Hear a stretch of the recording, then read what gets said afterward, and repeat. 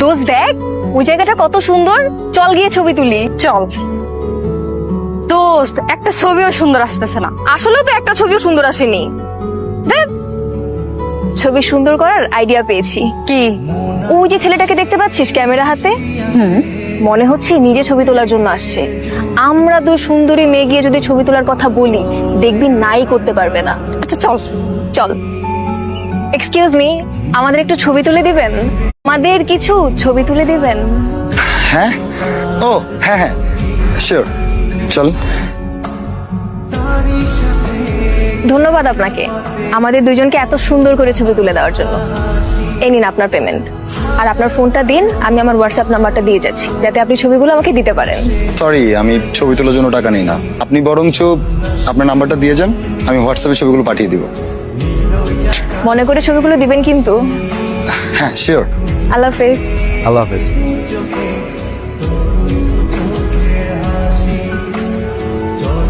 Hello, জি, কে বলছেন? আমি রাহাত। ও আচ্ছা, আপনি ছবিগুলো দিয়েছেন?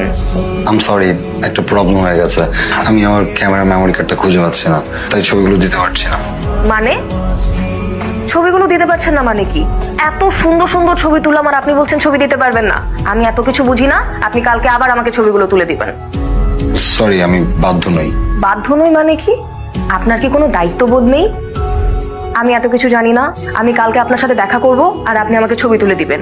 রাখলাম। ও, চলে আসছেন? আপনার তো হলো দায়িত্ববোধ আছে দেখছি। তাহলে চলেন ছবি তোলা যাক। চলেন।